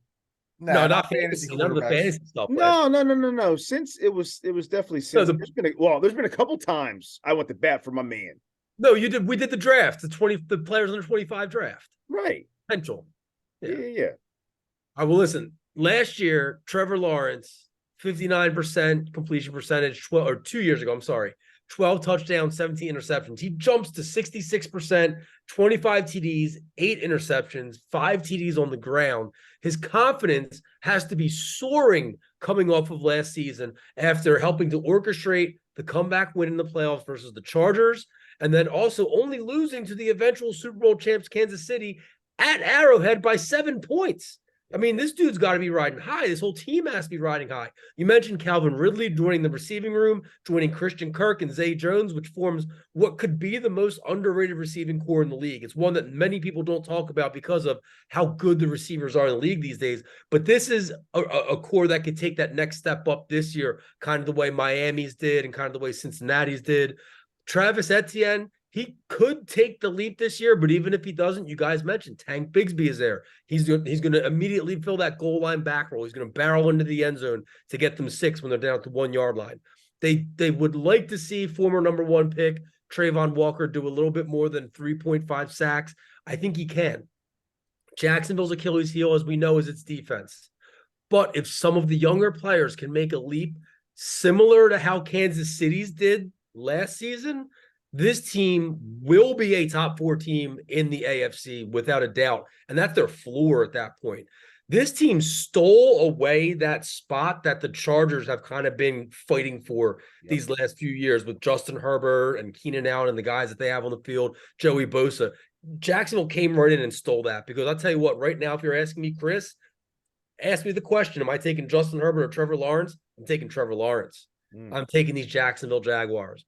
I have them at 11-6. I have that as their floor. I do think this team could be a 12-13 win team again if the defense makes the leap that I think they could make this year. Yeah, I don't disagree with any of that. I had them 11-6 with my best bet. Best bet. Brought to you by That's next week. Have to wait till next week for that. Hey. All right, so let's wrap up the AFC South. We'll go over our picks quickly. I have the Colts over. I have them at 7-10. I have the Texans under at 4-13. I have the Titans under 6-11, and I have the Jaguars over 12-5. That's my best bet. Chris? Texans in the rear at 5-12. Titans with the under. Titans also with the under at 7-10. Indy with the over barely at 7-10 as well, and Jacksonville the over at 11-6. And that's your best bet. And that is my best bet. My best bet is the Texans under 4-13. I have the Colts under as well at 6-11. I'm the only one with the Titans over at 8-9, and then I also have the Jaguars over at 11-6. I'll be honest, I'm kind of hoping that the Titans suck, because I don't want to see that team in the playoffs. No, They're not boring, going to man. playoffs. That They're team's not so going to boring. playoffs. All right, so gentlemen, we have now previewed 7 divisions. The only one we have left is the AFC East, which we will get to next week. And then the week before the season, we will do our full season picks as well as our full Eagles preview picks. But we're going to jump into segment 3. We're going to go off the sports grid a little bit for you. If you're new to the podcast of the Old City, we kind of throw a little grab bag in segment 3, and we do some random things. And tonight it's going to be a roundtable discussion on things we just don't understand. And listen, guys, it's okay to be embarrassed. These are things that you probably think about all the time. You know, people are talking about it in the room, and you're sitting in the corner like, yeah, I hear you, man. I know what you're talking about. It could be things you just can't grasp. It could also be things that you understand, but you don't know how it came to be. And I guess I can explain that as we get into it a little bit. I have a lot of those on my list. Yeah, like, okay. So let me start first and foremost, since this was my topic idea. I don't understand Wi-Fi. Oh, I got that on my list. And really? I Yeah. understand what it is. It's wireless internet. But why do I have it in some places? Why do I not have it in some places? Is it a bubble? Like, what's going on when I'm inside of it? How come I can connect to it? Why is it not everywhere at this point in time? I just don't understand the concept of Wi-Fi and what's going on out there. Well, there's some conspiracy theories about the Wi-Fi's and the 5Gs and 10Gs and all that kind of stuff out in the world. Don't even get me into the G's. I don't know anything about the G's. What's You gotta crazy? get on that 10G network on Xfinity. You can still go to places in the continental U.S. that just like don't straight up don't have internet. Still. Right. I don't understand. Wild. I don't know. I don't get it. I don't get how right now I'm connected and can see you guys and we can talk to each other and my laptop is just here. I can just throw it around the room. I don't understand any of it, dude. It's not for me. I just chalk it up to some things just aren't meant for us to understand. That's why we're having this segment. It's Yeah. just that Everything on this list. And like I don't get this segment. I understand there's data use, but it's wild that you can go to a place where you don't have Wi-Fi connection and then you get off the Wi-Fi and you can get to the thing you need to get to. Or like hotspots. Yeah, all that stuff. It's crazy to me. So I'm opening it up with Wi-Fi as something I really, really just don't understand. Well, before It we seems go like any we're all on the further, same page. Yeah, I don't get it. I mean, I get where you're coming. I didn't have it on my list, but I totally understand it. How many of each of Do y'all you have? understand it or you don't understand it? No, I understand. See, there you go. I see what you did. No, but how many of you have? Like, how many of each of you have for your lists? Just so I I'm have- crazy because I got like 10. I got like I only have 5 more after Wi-Fi. So let's just go quick. We'll go quick. That was a All right. good. So you want to go first, Al? You want to go? Yeah, I'll go ahead. So some of these, it's going to be a little embarrassing as a science teacher. Hopefully none of my students, former, past, present, future are listening. None of the adults are listening. Some of these things I do understand. Like I understand, like I know how it works, but I don't want, how does, even knowing how it works, it boggles my mind. Airplanes. I don't understand airplanes. I do not understand how they stay in the air. I do not understand how autopilot works. I don't understand air traffic control. I don't understand any of it. I get the physics of it, right? But come on, dude. These are multi-ton things that are in the air, just floating in the air. I don't get it. I don't get how people lose their minds on airplanes. Apparently, all the time on the news, we just see people just going nuts on planes. I get you. I kind of do get it. They probably don't get why they're in the air. And the fact that planes just, and I don't want to jinx this, just don't crash into each other at some point when it's dark out at night. And I know they have lights and they can see, but the maps, but like, how does that not malfunction and sometimes just run into each other? Dude, Well, that has to do with the air traffic control. Like there's a set path, set altitude, everything else that these planes stay on course. But I don't understand how they stay on course. How are they talking? Is it the Wi-Fi? It's the Wi-Fi. Dude, it all comes back to the Wi-Fi. And how can we have a freaking plane can drive itself? Yeah. But we still struggle to get all the cars on the road to have the autonomy and freedom to drive itself. Exactly right. So, You guys watching Hijack on Apple TV? No. With Idris? Yeah. No, I haven't checked it out It's yet. pretty good. We're only 3 episodes in, but it's just stuff that just boggles your mind. The guy turns autopilot off, and he turns it on, and the plane's going this way and that Isn't way. it like Passenger 57? Yeah, kind of. Okay. I want to give a shout out to my wife because she wanted me to shout out the one thing she wanted to add to this conversation. It's a good Hi, time. Megan. You're probably on the off right off the screen. She's upstairs. Giving Get ready to vote for Adam's list as the best list. Get the thumbs out. Hers was helicopters. Yeah, it's another same one. principle. You know how hard, Yeah. But helicopters though, I don't get those either. But you know how hard they are to pilot? Like you have to use all 4 extremities at the same time. I did not use your legs. Yeah, you use all 4 at the same time. You're in constant motion with your hands and feet. Rest in peace, Kobe. Speaking of that, I watched on AMC Plus, they had a documentary about like the haunted movies because of things that have happened. And they had in the 80s, they had a Twilight Zone movie. I don't know if you ever heard about this. Oh. So on the set, there's an infamous John Landis was the director who also directed like the Thriller video and other movies in like the 80s and things like that. But he was known for being like balls to the wall with stunts and like whatever effort. We'll just want to make a picture. I don't care. And so anyway, long story short, there was a scene in this movie where there was a rescue involved in this body of water, and the helicopter was supposed to be like 15, 20 feet above where the water was. There was an actor and 2 extras. The extras were 2 children, and their parents were on the set, and they were warned against having the plane that low. The damn plane, the helicopter messes up with the explosion scene, crashes, cuts the kids in half. Oh, dude. Actors die, the kids die. Their parents were on the set. Yeah, They come saw on. it. That's It was insane. insane. Yeah, So no wonder the set was cursed. Jesus Christ. So they had to like they went to court and all this other stuff. But like that made me think about that because that's crazy. That was unbelievable. That ruined my whole night when I saw that. Yeah, things I don't understand why Guest just told that story. Yeah. I'm not sure why. Some Might things have, we're not might meant have to lost our understand. deal with Old City there. Go ahead, Chris. So on a lighter note, I don't get Jimmy Buffett. I don't get the love of Jimmy Buffett. I don't get the Margaritaville, the concerts. Bruce Springsteen, you could put him in the same thing too. I don't get it. I think Bruce Springsteen, I think he stinks. Well, they're two different things here. You're talking two different people. Okay, but I'm saying as far as like, all right, well, my thing is the whole concert experience. Like when these guys are in town, the city shuts down, and I don't understand it, especially Jimmy Buffett. What is Jimmy Buffett? What has he done or songs he contributed to society where it's like where would we be if I didn't have the motivation to listen to Jimmy Buffett? It's not about Buffett, and like I'm not a parrot head by any measure. It's about the atmosphere that comes with Buffett. But isn't that any concert? The summertime. It's the feeling of being outside, wearing your flip-flops, drinking, smoking. But you could go to you go to Zach Brown, you have the same thing. You go to more than half of the country concerts are the same environment. Like, what is it about Jimmy Buffett? It's like old, like 60-year-old white people that always just lose their mind. I don't understand it.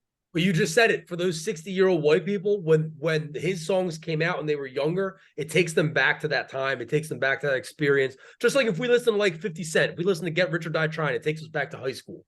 Right? If we listen to Lil Jon, it takes us back to college. So for those people, I think that Jimmy Buffett fills that hole, and he probably was the only one or one of the only ones at that time making that kind of music. And but Chris, he didn't have hit records. Chris, but he wasn't making bangers like 50 did. But Chris, you mentioned the Zach Browns and the Kenny Chesneys. To Al's point, these 60-year-old white people, if they go to a tailgate for Zach Brown or for Kenny Chesney, they're out there tailgating, but that's not the demographic of people at that concert are more 20, 30-year-old people where they're kind of the outcast in that crowd. When they go to the Chesney concerts, it's all their people. You know, there's still some younger people there, but for the most part, it's the older generation that they're partying with. Well, and for the record too, Zach Brown actually is a hell of a show, and it is actually a more diverse crowd than you would think it is. So I hated to put them in that example, but I don't know. I like I said, I just don't understand it. And every time they come and people are like, of all ages, really, oh, Jimmy Buffett, are you going to the Buffett Pro? I'm like, no, I have no interest in going to it. In fact, it's going to be a pain in the ass for traffic and everything else. So no, I have no interest. And he sells out stadiums. Yeah, I've never been to one. I never will be to one, but I think I get it. I get it. If I was 60, I'd go. I'd and the Springsteen thing too, which is a whole other dynamic because I just don't think he's that good in general anyway. But I don't want to get into that because that's a hot take, and I'm not necessarily I'm not necessarily against you, but I've started to appreciate Springsteen a little bit more in my middle age than I did in my 20s. Sounds like he needs Robitussin every time I hear him on the record. Did you see what he said? What was the weird way he said that he was sick and they had to cancel his show in Philly? He said like fallen to ill or like taken to ill, right? Is that what he said? And that's the only song. I mean, the Secret Garden and Streets of Philadelphia. That's the only ones I like of his. Other than that, I don't understand. Born to Run? Born to Run. No. I like Born to Run a lot. Every time I hear there, boom, change it.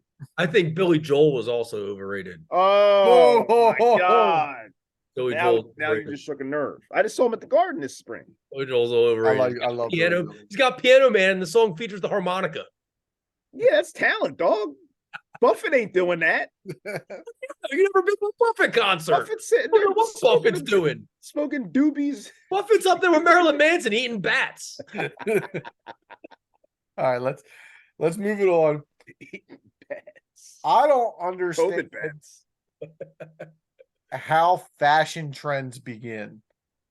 And I say that you look at us in high school, you couldn't get your shorts to be long enough or your sweatpants to be baggy enough.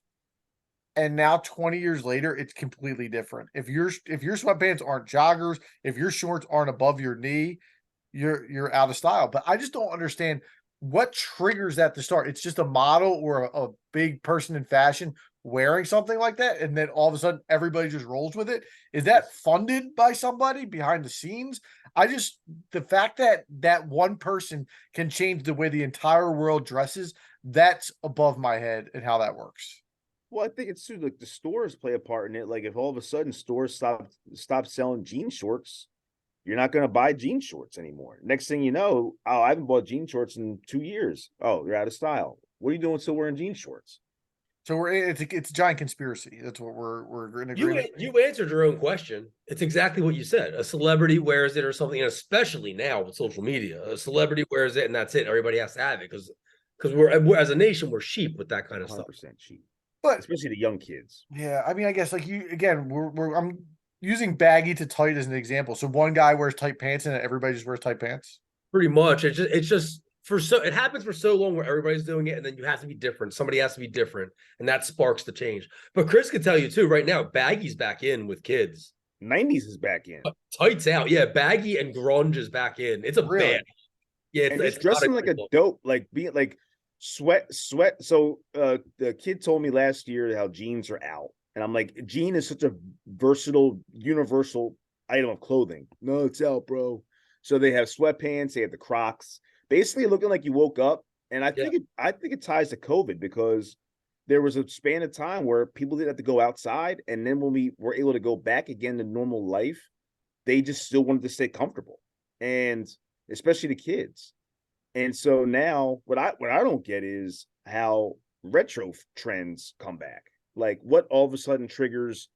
We had a period back in the day, years ago, where the bell bottoms came back with, especially I remember that. girls. They're back again, Chris. Yeah, like, what triggers that? They're back again. Yeah, I don't know. I don't know. There's two trends that I'm shocked in our lifetime have not taken off. One is the sideways mohawk. And B, yeah. Have you ever go like that instead of like this? Why don't you start that trend? I can't physically can't. And the other one is half a beard and half a clean shaven. Oh yeah, I've thought about that. I wouldn't have the balls. You tell me there's not a freak out there that wouldn't try and pull that off. Yeah, I wouldn't have the balls to do it, but I thought about that. I didn't have this on my list, but I want to piggyback off of that, Adam. I don't understand how when we were younger, before social media, text messaging, internet, how there were certain things that everyone knew, but how did we all know it without having like the internet to spread the word? So for instance, we all drew that weird S. We all knew, right? We all knew that. We all do that. Right. What is it? Where does it come weird from? S. That like S, like I can't do it like without. It looks almost like a futuristic like dollar sign. Okay, I'm with you. Like a graffiti S. Like, but we all knew it. We all knew to blow in a Nintendo cartridge to clean it out, right? How does stuff like that become worldwide? Back in the 90s, the 80s, the 70s, I'm saying. That always messed with my head. Is that your pick, or you're just piggybacking? I just want to piggyback off, but let me give you my next one. My next one is how do cruise ships float? So just logistics to you you're a big transportation guy. Yeah, big transportation. Big infrastructure. Now, listen, as a science teacher, I had to teach this, so I do understand it. It's that the weight of the structure itself is less than the amount of water it displaces, and that's the physics behind it. But I don't give a shit about that. How's it float? It's heavy as shit. How's it float? So I don't. And like, well, are you a cruise guy? Mm-mm. Yeah, I would never go on a cruise. I don't go on a boat if I can't see the land at some point. Yeah, Carnival won't get any sponsors on this show. No. I'm with you, Al. The water scares the shit out of me. Yeah, I'm not. I've been on boats and I've been out deep, but I'm not a fan of water either.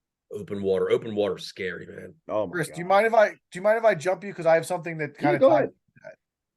I have how much water is in the world? Something I can't grasp. Approximately 70%. I remember And the other 30% is covered by smoot. We were on vacation a few weeks ago, and we were in a beachside hotel, and I remember standing on the balcony and looking out at the ocean and how vast it is, and the fact that I was looking at such a small piece of the ocean, and considering how deep it is as you go further out, And the fact that I'm talking about fresh water, like everybody waters their plants, everybody showers, everybody drinks water. How many bottled waters are in your supermarket? How is there this much water? And you know what else? Seltzer, I know you've done it because you did it in school. Al, have you ever done a whale watching trip? No. Dude, if you go out in the middle of the ocean, so in our honeymoon, one of the things we did when we were in Maine, we went out, there was a whale watching trip. And it was an hour and a half out into the ocean. Okay. I thought the boat, it was a big, huge yacht boat thing. Like 60 something people were on the trip. I'm like, oh, well, it'll be okay. I got a weak stomach. We left. It was out the dock. It was like no big deal. Once we got into the water, it was literally like this. 10 minutes in, I was like, I regret this already. Guess thought he was almost in Spain. I don't say that, but I did say this is like going to New York City from here into the ocean, and Yeah. there's nothing around you. Like I was like, I kept freaking out, and I was like, what if this captain just said screw it and just just didn't take us back? Like, what would we do? But did the whales pop up next to your boat? Because I've heard that happens. They did eventually, yeah, they did. But like, and don't get me started on whales because whales are straight thugs. All right, but that's a whole other conversation. But it's a beautiful experience seeing the whales out there. Like it's life changing. Yeah. But that damn ride is also life changing. Life changing. Also life changing. Yeah. It's once in a lifetime. I'll never do it again. It was ridiculous. So the beluga whale, elite whale. Well, the orca's the whale. That's the LeBron of whales. Orca's the goat. Orca's the goat. The But they're beluga. thugs. What about? Come on, dude. All right. Yes. You ever see what they do to the polar bears and the otters on the ice caps? They surround them and then they flip them over and eat them. I just told you I never went on a boat cruise in Maine and look at whales and shit. No, I never seen it. We were like on the Nat Geo stuff. All right, let's go back to you now. All right. Where do I want to go with this? This is a good conversation. A little bit, I guess, as a health teacher and stuff, I'll say this. Al, you and me both lost mothers with smoking. How anybody can still smoke, I don't get that. I don't get how kids now start smoking. I don't get how people that have been smoking for 30 years still are smoking, knowing how dangerous and stupid it is. First of all, you look stupid. It makes your breath stink. It makes your clothes stink. It makes your lungs stink. It kills you, and you still literally do it. It's the stupidest thing in maybe the dumbest thing that I can think of that anybody that's a human being can do at this point. I won't. So I'm obviously not going to sit here and defend it, but I'll play devil's advocate. So number one, it's because you look cool, you feel cool, and that's what I'm talking about. I'm talking about younger generation. Yes. So I was at a party in June, and there was a bunch of like 20-year-olds there. It was a school party, end of the year teacher party, and like some of the younger teachers were there, and their friends came. Every single one of them had a vape. Every single one of them. Well, that's a different conversation than a vape. I'm talking about like a cigarette. That's the same thing, though. That's not It's much dangerous, but not. It's a different kind of dangerous. No. But that's the same kind of thing where, like in the 40s, 50s, 60s, it's a new right. And to your point, right? They were marketed and nobody knew the dangers. It's the same thing, right? So it's to look cool. But then what I think is what happens is some of these younger kids, they start it and they're addicted. Nicotine's addicting, so they get addicted. That's the issue. But I mean, I would imagine, I don't know the statistics, I would imagine the numbers are way down from 20, 30, 40, 50 years ago. It is, but it should be zero as far as I'm concerned. Like the knowledge that we have now, and you still as a 14, 15, 16-year-old to start smoking is just idiotic. I don't understand. I understand when people have smoked for 30 years. As much as I think it's dumb and they should do all they can to quit, I do understand the addiction element to it. But when you're a kid and you don't even know how addicting it is yet because you never done it, and you know the dangers, and you still try it and then get addicted is foolish. I don't understand. Yeah, Chris, I'm on the same page with you. The only devil's advocate I'll play is like, there's always danger in almost everything that we do.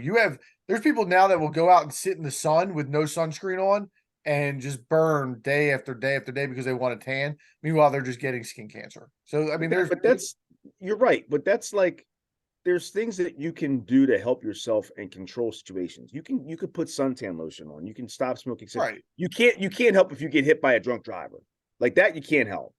things can happen. But like Understood. you can avoid cigarettes and the suntan, putting on suntan. That's the difference. I'm with you.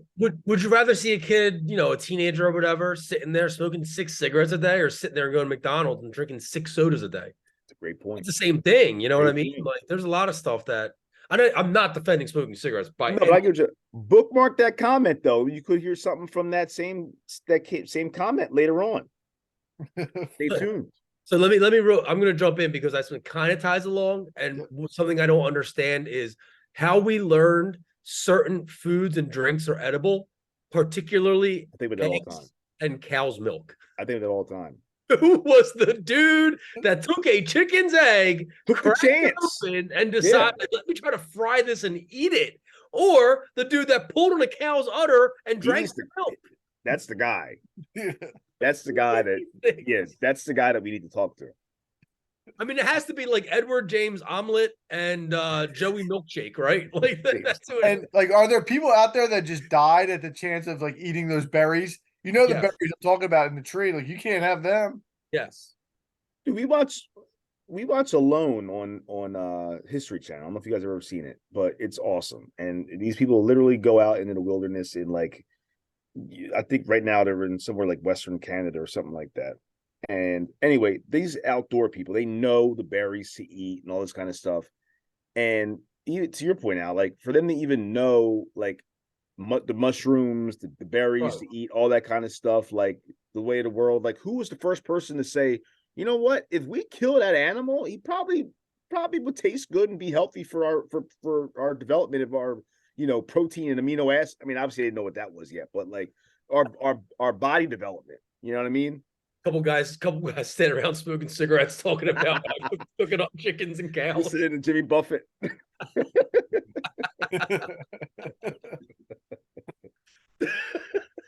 All right, let me jump into another one. I was doing some yard work yesterday, and I finished cutting the grass, and I pulled out the weed whacker. And I'm looking at how the weed whacker operates. And it's the string cutter. You know what I mean? Yeah. Who was the guy who decided that string could cut grass? Who determined that? Who decided to give that a shot? That's a great one. I'm a big weed whacker guy now that I know how to do it. Yeah. I mean, it works, and I understand it's moving at a speed where it can cut the grass, but we couldn't find something more efficient, or not more efficient, but like something more practical than string. Well, and also being able to, now that we have that, being able to make a product where you don't have to adjust the string every so often where it gets shredded off or cuts off. Like it's just steady, it's on there, it's long enough to cut whatever you need to cut it, and you don't have to worry about the adjustment or replacing it, the string. Bonkers that works. Huh? Well, it's crazy that works. Oh, yeah. It's bonkers that what Chris just said, there's not something better at this point. Right. Yeah, it's terrible. Well, that's just I guess that's probably just a consumer thing because we have to go out and keep buying more string. Yeah, but it's not expensive. It's just annoying. Yeah, but still, John Deere's probably, they got nickel and dime us for every cent. It's true. Gotta wonder how John Deere feels about it. Probably rolling over his. I don't even know. Is he alive? I don't even know if he's alive or not. He's string guy. Yeah. I was gonna say, but I don't want to talk too much about it because we've already kind of talked about the health element. But like, soda drinking was on my list. Again, knowing what you know now with how unhealthy it is, I have a whole lesson on how like soda drinking is as dangerous as being addicted to alcohol or cigarettes, things like that. Because long term, it is very to your health, it sucks. But I was gonna say, I don't understand. We're coming up on that season. I don't understand the bonfire. Me too. I'm out on bonfires. I'm out on fire pits. And I'll tell you what, like I'm probably gonna come off some kind of way on this show, but brothers, we don't really do the bonfire. In fact, bonfire means something totally different to us. I think you want to say fire pits. Fire pits are more. No, fire pits are fine. Bonfires, when you actually gather wood and sticks and make a huge fire pit a pile of sticks and whatnot, 5-10 feet tall, whatever it is, and you just gather around in a circle in the middle of a random field and just have a bonfire. A fire pit's the same thing, just a smaller crowd. It's a more controlled environment, though, and normally it's for a specific. I feel like it's more like for a relaxation kind of thing. The bonfire is more like a party thing. Okay. I don't understand how that adds anything to a party. Light and heat. So as someone who's partaken in both, the bonfire is just like that's just like you're getting your animal out. Is that what it is? Like the primal element? Yeah, you're just getting your animal out. That's all that is. That's all that is. Like I've only had one bonfire in my life that I've partaken in. Archbishop Carroll. It was at my dad. Wait, more than one actually. No. Yeah, Carroll's a big bonfire place. I forgot about that. Oh my. We could talk a little more about that one off the air. It was one out of my dad's house out at Kennett Square. He lives on, like an acre and a half of land out there. And we had a big bonfire. It's cool. Just like you just sit there, you throw stuff in it, you just watch it burn. I don't know. You don't get to see it every day. I'm out on the fire pit. It makes my clothes smell. I get the stuff all over me. And then when I breathe in the fire, it's too hot for me. I don't like sitting around a fire. Well, but that's another difference. If you have a good fire pit, like we have one here where it's actually smoke proof, so it doesn't have any smoke coming out because of the way it's made. But again, the bonfire, you don't have that. You have the solo stove? Straight natural, everything smells. Yes, you have the solo stove? No, it's what the hell is it called? It's over there. I have to look at the chips we have for it, but yeah, because they make those like a year or so ago. Like you said, they make them there where the smoke. Yeah, I heard from what I hear is like it smokes a little in the beginning, but then it's gone. That's it. It's it, and it doesn't come off of the set of it doesn't come off and stick onto you. Again, things we don't get. I don't know how they engineered that. Yeah, but they've done it. But we still can't get a better string on the weed whackers. So but yeah, the bonfire, and also even just linked to that is how things can get out of control at bonfires sometime. And so, Seltzer, I gotta ask you, as the resident white person in this podcast, you go to games, you go to summer camps, you go to bonfires, all kind of. Why do white men insist on taking off their shirt all the time in public? Like Sarah and I talk about this all the time because we both think it's hilarious. We'll just randomly, like we were at kids a few weeks ago, and kids were just taking their shirts off, waving it. We don't do that. Plenty of brothers are on the basketball court with no shirt on. But that they are. Yeah, but at least it's for like maybe the purpose. White dudes will just take it off to just sit at the game. Yeah, that's true. That's totally different, Adam. Or like you're partying and you're just like getting drunk and take your clothes off. Now, I'll say this. I mean, listen. And I did that Al lives with his shirt off. I went to a wedding in Florida recently in March, and I wore a button down for the purpose of I knew I was going to take that thing off, and it was off for half the wedding. You've always been a drunk guy who takes his shirt off. That's one of your. Hey, when in Rome, Al's is playing the win in Rome. Well, yeah, maybe these white guys are too. I don't know. But I've never went to like a Phillies game and just taken my shirt. I get what Chris is saying with that kind of stuff. Yeah, like kids, like they'll just be like, "Yeah, first thing you think of, let's just take our shirts off." I don't understand it. I don't know. Never been a thing that I've done, but I hear what you're saying. Like the guys who paint their chest. Yeah, those dudes, exactly. Yes, guys in Delco, they think it's appropriate to jog with their shirts off all the time. This is a residential neighborhood, man. Right. Like, what are you doing? But why is it so appropriate at the shore? It's so allowed at the shore. Well, it's a beach. It's like even if you're not on the beach, you can walk on the boardwalk without a shirt, no problem.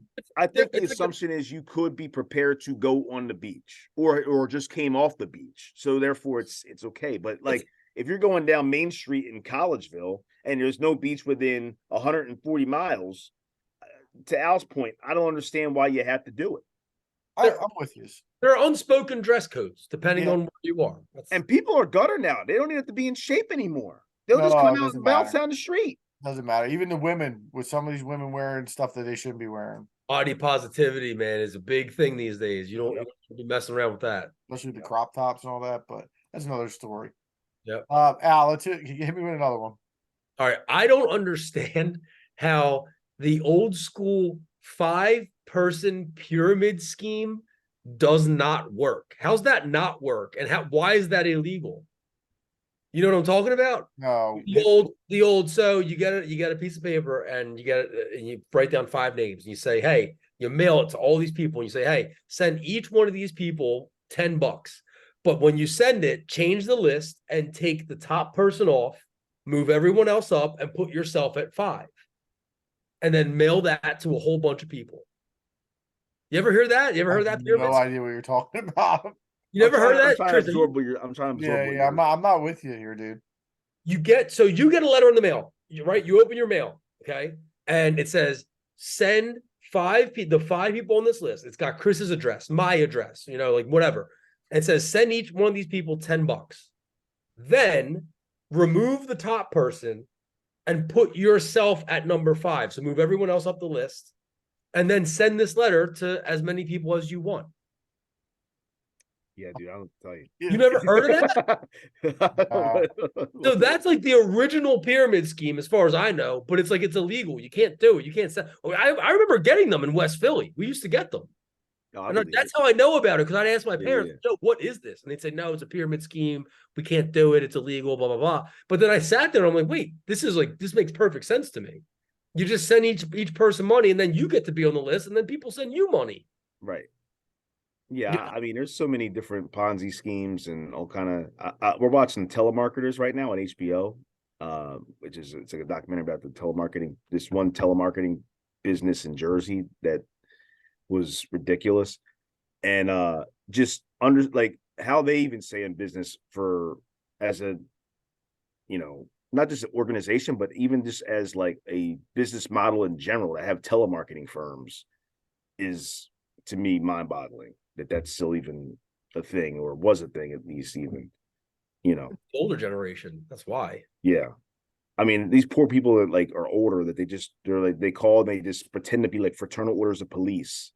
Yeah. And Joe Blow died in line of duty and his family needs your help. Can you donate $25? And then they call back in 2 weeks and they ask for $100. And then they call back in a month and a half and they ask and they'll just keep giving it. Yep. It's insane. And they only give them 10%, and then 90% goes to the company that's calling on the phones. It's wild. Yeah. Let's do one more each, and then we'll just run through quickly if you have any left over. So we'll do one more each for discussion. Al, you're a golf guy. Chris, you're somewhat of you know the game. I don't understand why if you make a hole-in-one, you are the one buying the drinks. That's a good one. Yeah. If I go on a golf trip with 12 dudes and I make a hole-in-one, why do I have to pay $75 to buy everybody shots? They should be buying me shots. Yeah. It must be because you're so happy that you don't care about spending the money. That's got to be why, right?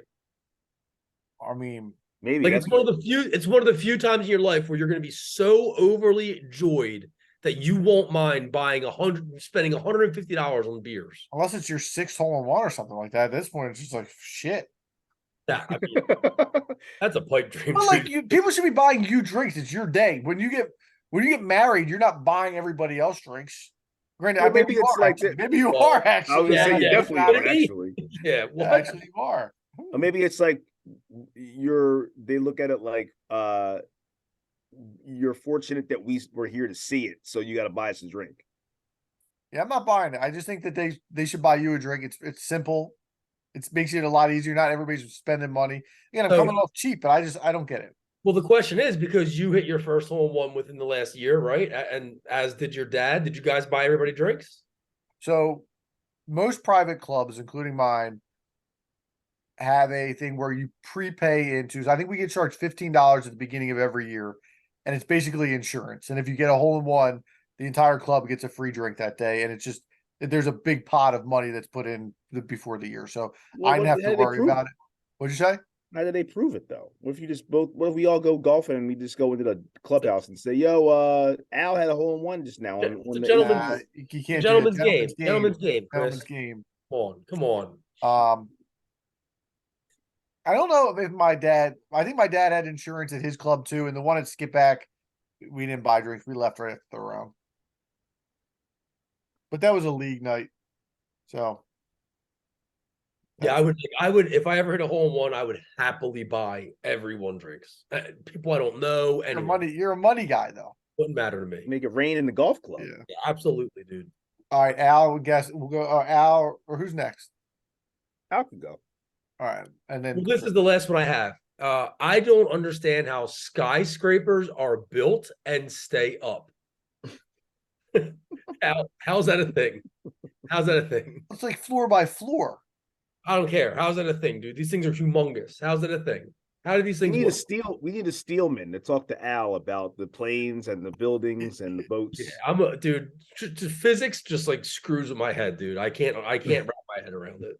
I'm with you on the boats and the planes, but the skyscrapers are pretty. I mean, you watch them get built. But again, it's heavy as shit. How does the top floor not just like crumble down? Like, how does it not like The You ever infrastructure? hear the stories of like the Sears Tower? But it's not where, again like the planes are flying on the air and the boats are on the water. This is the infrastructure has the ground. Like the ground is built there to hold it up. the taller you go, the foundation. It's like a Jenga. What do you call it? We have architecture and physics that make that it's simple and like it's rational, at least to me. Yeah. But that's what I'm saying is like I get it, but I don't get it. It's You know what I almost mean? like you're saying like how amazing it is they can do it. Yeah. It's all inspiring. Like it's like it's Okay. incredible to me. You ever hear the stories about people in like the Sears Tower and stuff where like they felt the building sway with winds and storms and stuff? No. Well, here, let me take it to how did these things get built in like the friggin' 40s And the pyramid. What about the pyramids? before all the technology? Like that, Pyramids. that's come on. That's, Well, there's a huge difference. The pyramids were built with slaves. it's The buildings were built with dopes that actually were unfortunately conned into getting paid $1 a day to go up 100 and whatever feet in the air to put this thing together. Yeah. I think that's a big difference.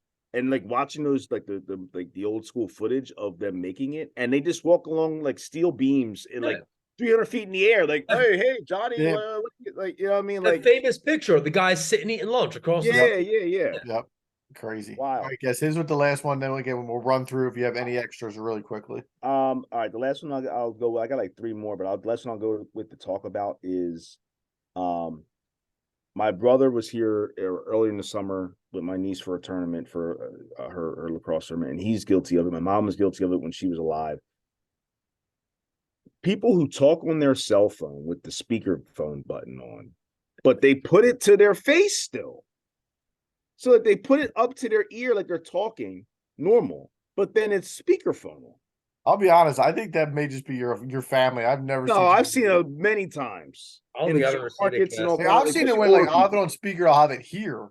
No, I'm saying like if you talk, like if you actually hold, like even like I've seen older people do it in like the grocery stores and stuff even, and I don't understand what they don't understand.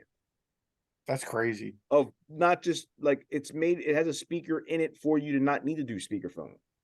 And they still will put it up to their ear though, because they can't hear it if they have it, like you just said, Seltzer. So they'll put it to their ear. Well, if you're gonna put it to your ear, just take the speakerphone off.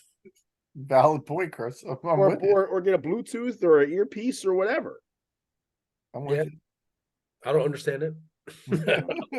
I don't get one time I said on social media, I said like my uncle said something like it was in all caps, and I was like, why do old people always write in all caps? And old man Jack responded in all caps. It's hard for us to see the letters. Oh, vintage Jack. I have 3 more. I'll run through them very quickly. This is a broad thing. I don't understand energy.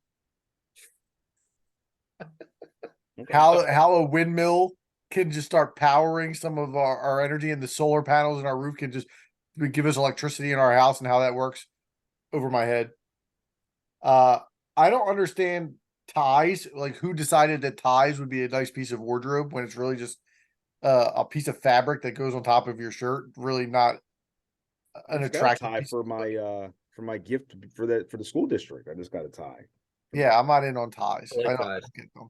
I never wear them anymore. I like them. I can't tie one. I'm not a tie. I thought of this one earlier. Understand how a man past the age of 18 can't tie a tie. Can't do it, dude. You need a master's to tie a bow tie. Or No, I can do that too. I remember God bless you. When I was a senior, I had to tie. 3 of my roommates couldn't tie ties. I'm like, I had to do bow ties or regular ties. Regular ass ties. I'm saying bow ties though. Yeah, I know, but I can tie a bow tie too. I learned it from my wedding. That's impressive, man. Yeah. It's hard. It is harder. Bow but tie's no you get joke. it, you got it. Yeah, yeah. So my last one is we talked about efficiencies. One of my biggest pet peeves when I go to the grocery store is how long it takes them to cut the lunch meat. The fact that these people are still manually cutting lunch meat is insane. And we can't get a machine. You put the ham in the machine, you put a quarter pound sliced thin, and then it goes boom, boom, boom, boom, boom, boom, boom, and your ham is out. These people are in there chugging this machine, dude. Give my man That's Bobby the Butcher a insane. break, dude. Huh? Give my man Bobby the Butcher a break. He's Come straight on, up man. his meat. It takes so long, too. Those people have no sense of time. That's probably like a conspiracy thing where like the people, the way ups think that like the longer it takes, the hungrier you get while you're there, so you buy more stuff. I guess. Oh man. yeah, definitely a marketing ploy. Yeah. That's brutal. Well, You like, probably stare at the other meat. Seltzer, you probably been waiting for like your ham and cheese, and then you're like, you know what? I could use some pasta salad. Yep. Let me get a pound. It's Oh, they nice got now some that they free- have the kiosk so you can order it and then do your food shop, which is nice. But if you're only in there for like 4 or 5 items, you're still waiting. Let me ask you this: how do you get your meat cut? Slice thin as possible. Guess You're probably a chipped guy. Yeah, I go with seltzer with the thin meat. chipped is elite. What is chipped? So I don't elite. think I've ever had chipped. It's Yeah, like they shred it into just like it's almost like confetti, and you just like can pick it up and mop mop mop. It's Not so for a much better than- sandwich. Yeah. It's for anything, for a sandwich or for just a pick and go. Really? It's so much better. Yeah, Maybe you on got a roll. I don't know about on on a bread. roll, on a bun, whatever you want to put it on, dude. Chipped is elite. Trust me on that. I knew he was gonna be a chipped. As soon as he Oh. asked the question, it reeked of chipped. Before we go, I have to Chipped add a beer to the elite beer list, and you guys are going to be able to enjoy this one soon. It's the just got done unpacking all my shit from vacation beer. That is an elite beer. Oh man, Yeah. that Back in the saddle at the house. Everything's ready back to normal. you just got done unpacking the car on vacation. You just crack open a cold one. You're sitting there. You're just proud of your work. Yep. Elite. All right, Chris, you had a couple more, and then we'll finish up. Yeah, I had a couple. Like just people who not just with people like other people, but just anything. Like just people who don't understand or appreciate diversity and like they have their own same things on the same time all the time. I just don't understand that. People who walk around with dogs off their leashes like it's legal and everyone loves dogs. I hate that. That makes my blood boil. Good one. And people who don't like sweets. My sister's boyfriend. Yeah, I don't Does trust not eat people that don't like. sweets. I don't trust people who don't like sweets, and I also don't trust or understand how people could not listen to 3 in the Keystone podcast. Hey, You got to be, you know what I mean? Especially right now with all these things popping off. Yeah. Hey, right. now that you know what you time. know, get on the Now's boat, time. drive while we're listening to Buffett. Go out to the whale watch. I was just gonna say, get on the No, whale whale's watching right boat. here, brah. Get on the whale watching boat. Go see yourself an orca You know what I mean? or a beluga. Yep. I But think you that gotta- was one of Charles Barkley's nicknames. Big beluga. But in closing, Outbound again, I want to beluga. thank all of our listeners who have helped us get to this point.